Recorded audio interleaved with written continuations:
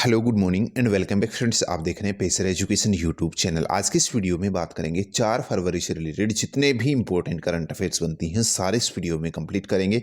साथ ही काफ़ी सारे एक्स्ट्रा फैक्ट भी यहाँ पर डिस्कस करेंगे। सो पूरे लेसन को ध्यान से और लास्ट तक आप जरूर देखिएगा। इसकी PDF आप डाउनलोड कर सकते हैं नीचे वीडियो के डिस्क्रिप्शन में से। तो देखिए, सबसे पहले हम बात करेंगे जो लास्ट वीडियो की क्विज थी आपके लिए। क्वेश्चन था कि बीते दिनों जो 8वीं हिंद महासागर संवाद हुआ था उसकी मेजबानी किसने की थी। तो ये सौंपी गई थी भारत को।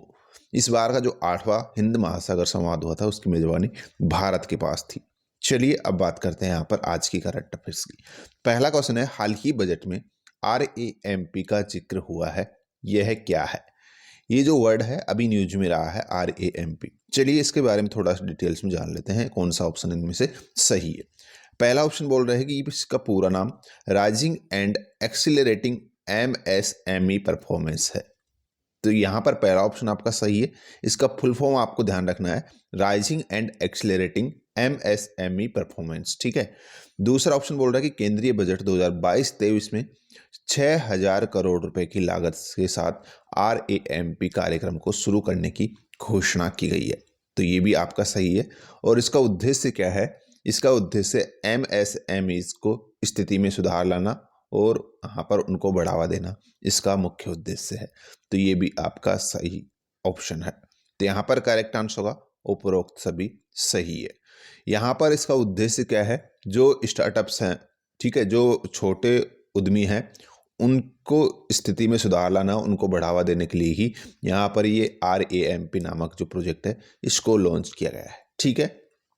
चलिए अगला अपडेट है, कौन भारतीय खिलाड़ी एक दिवसीय महिला क्रिकेट में बल्लेबाजों की रैंकिंग में दूसरे स्थान पर पहुंच गई है। तो करेक्ट आंसर होगा यहाँ पर मिताली राज। देखिए यहाँ पर जो बल्लेबाजों की रैंकिंग अभी जारी की गई थी, महिला क्रिकेट में बल्लेबाजों की रैंकिंग, ठीक है, उसके अंदर मिताली राज दूसरे नंबर पर आ चुकी है इस रैंकिंग में। जो ताज़ा अभी रैंकिंग जारी हुई है ICC रैंकिंग, इसके अंदर यहाँ पर एक पायदान के साथ जो है यहाँ पर जो नंबर 2 है वो यहाँ पर पहुँच गई है नंबर 2 पर। और इसी के साथ अगर मैं बात करता हूँ, यहाँ पर जो तेज गेंदबाज है झूलन गोस्वामी, जो भारतीय तेज गेंदबाज है झूलन गोस्वामी, ये वनडे बॉलर्स की रैंकिंग में दूसरे स्थान पर वो पहुँच गई है। तो ये भी आपको ध्यान रखना है।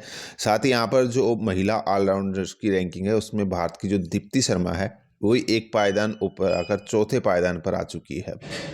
यहाँ पर देखिएगा, अगर बात करता हूँ, जैसे कि मैंने आपको बताया कि जो मिताली राज है ये दूसरे नंबर पहुंच गई है बल्लेबाजों की कैटेगरी में। ठीक है। तो फिर पहले नंबर पर कौन है? पहले नंबर पर है ऑस्ट्रेलिया की जो एलिसा हिली है।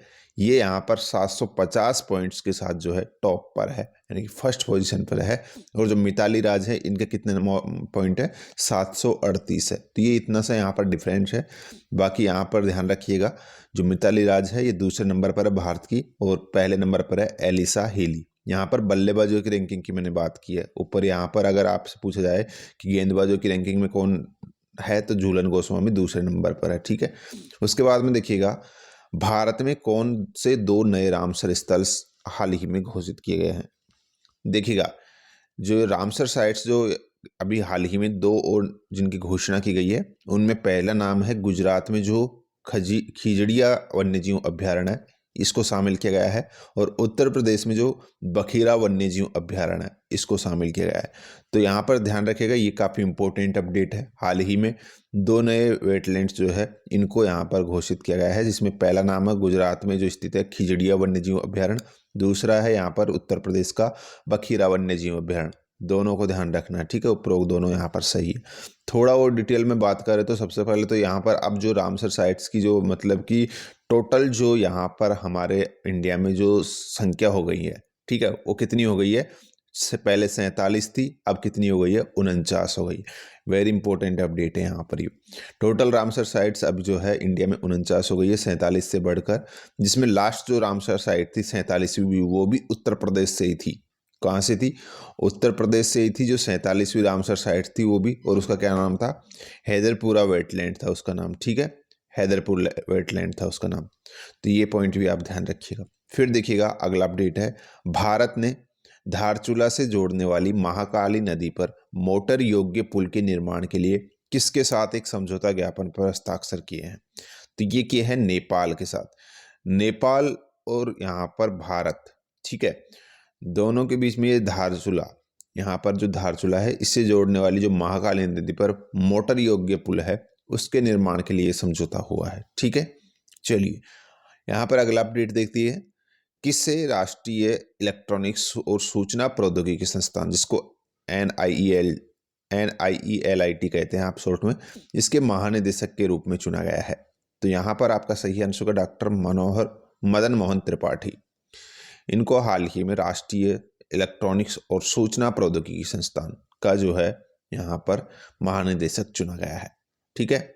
नेक्स्ट देखिएगा, किसे राष्ट्रीय द क्लास ऑफ 2006, ठीक है, snake peak in the miss adventures of the great Indian engineering life शीर्षक से भारत की पहली सीजन पुस्तक, जो सीजन शैली की पुस्तक है, वो किसके द्वारा लिखी गई है, इसके लेखक कौन है।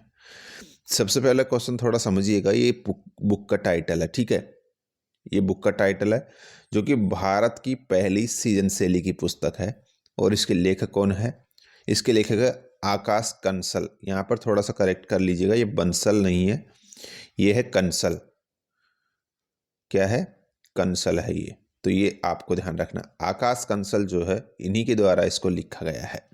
The class of 2006 snake peak in the miss adventures of the great Indian engineering life, ठीक है। फिर देखिएगा, मोनपा आदिवासी समुदाय का जो 3 दिवसीय तोरगिया महोत्सव हाल ही में किस राज्य में मनाया गया है। तो ये मनाया जाता है आपका अरुणाचल प्रदेश में। देखिएगा यहाँ पर थोड़ा सा विस्तार से बात करते हैं इसके बारे में बात थोड़ा।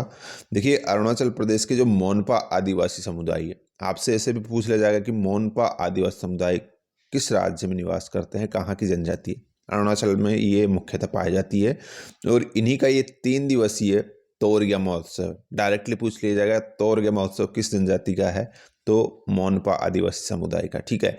ये अरुणाचल प्रदेश के तवांग मठ में मनाया जाता है। और त्योहार है, इसका मुख्य आकर्षण क्या होता है, सानाछम होता है, जो भिक्षुओं द्वारा छोग्यालियाप और यमसा मुंडे देवता को प्रदर्शित करने के लिए किए जाने वाला एक अनुष्ठान नृत्य है।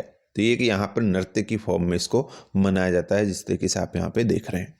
फिर देखिएगा अगला अपडेट है, ब्रांड फाइनेंस द्वारा जारी एक ब्रांड वैल्यूएशन रिपोर्ट के अनुसार LIC यानी कि जो जीवन बीमा लिमिटेड है, निगम लिमिटेड है, इसको विश्व स्तर पर बीमा ब्रांडों की सूची में कौन से स्थान पर रखा गया है। तो यहाँ आपका सही आंसर होगा 10वें स्थान पर। कौन से स्थान पर, 10वें स्थान पर। देखिएगा यहाँ पर बीमा ब्रांड्स की जो सूची जारी की गई है वैश्विक स्तर पर, ठीक है, उसमें जो हमारा LIC है, ठीक है, ये टॉप 10 की लिस्ट में शामिल है और 10वें नंबर पर है। और एकमात्र भारतीय ब्रांड है जो टॉप 10 में इसमें शामिल हुआ है, ठीक है।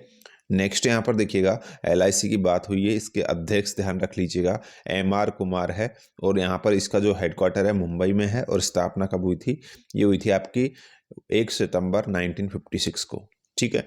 नेक्स्ट अपडेट देखिएगा, किस बैंक के साथ पतंजलि आयुर्वेद लिमिटेड ने NPCI के साथ मिलकर एक पार्टनरशिप में contact less credit card launch किए हैं। तो ये किए हैं Punjab national bank. Punjab national bank यहाँ पर आपका सही आंसर हो जाएगा। नेक्स्ट यहाँ पर देखिएगा, आर्थिक सर्वेक्षण 2022-23 से संबंधित निम्न कथनों पर विचार कीजिए।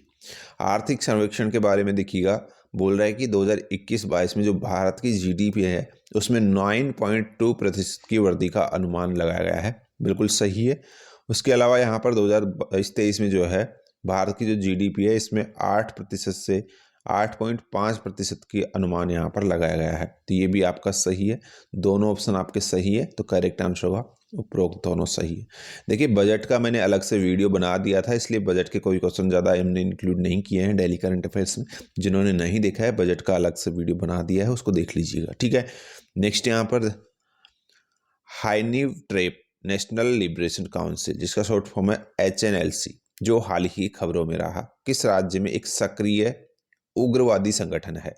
तो ये है मेघालय में। कहाँ पर, मेघालय का एक सक्रिय यानी कि एक्टिव उग्रवादी संगठन है, ठीक है, HNLC। जो हाल ही खबरों में रहा है। फिर देखिएगा आज की क्विज है, इसका आंसर लिखना है आपको नीचे कमेंट बॉक्स में। तो क्वेश्चन है कि निम्न में से किसने अंडर 19 एशिया कप क्रिकेट जो है इसका खिताब अपने नाम किया है। जो भी करेक्ट आंसर है इनमें से वो लिखना है आपको नीचे कमेंट बॉक्स में। सो गाइस ये थी आज की करंट अफेयर्स। उम्मीद है वीडियो पसंद आई है, तो लाइक और शेयर जरूर करते जाइएगा। आज की इस वीडियो में इतना ही है, मिलते हैं नेक्स्ट वीडियो में। धन्यवाद।